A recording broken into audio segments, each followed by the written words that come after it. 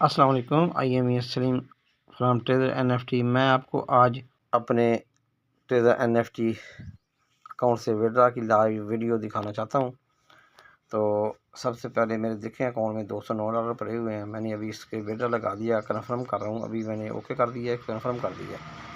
अभी देखें मेरे बाकी रह गया $103 और नीचे देखें मेरा विड्रा ये नीचे पेंडिंग में पड़ा हुआ है। ठीक है, यहाँ देखें $106 पेंडिंग में पड़े हुए हैं।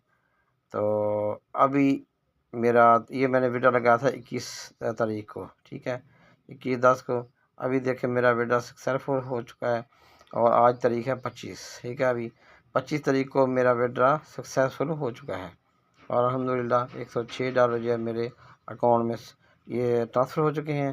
तो अभी मैं आपके सामने अपना दूसरा अकाउंट बिटकेट ओपन करके आपको वहाँ पे दिखाऊंगा मेरे डॉलर कितने ट्रांसफ़र हुए हैं, क्योंकि जो इन्होंने कटिंग काटनी होती है, जो इसकी टैक्स होता है, वो टैक्स काट के बाकी हमारे अकाउंट में ट्रांसफ़र हो जाते हैं। ये मैं अभी ओपन कर रहा हूँ अपना जो अकाउंट है, तो ओपन मैंने कर लिया।